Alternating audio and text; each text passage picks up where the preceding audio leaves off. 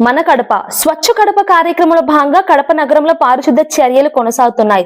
రాష్ట్ర ప్రభుత్వ whip Kadapa MLA Reddappa గారి మాధవి మేడం మరియు టీడీపీ పొలిట్ బ్యూరో సభ్యులు రెడ్డప్ప గారి శ్రీనివాసరెడ్డి ఆదేశాల మేరకు నగరంలో శుభ్రత కార్యక్రమాలు చేపట్టారు.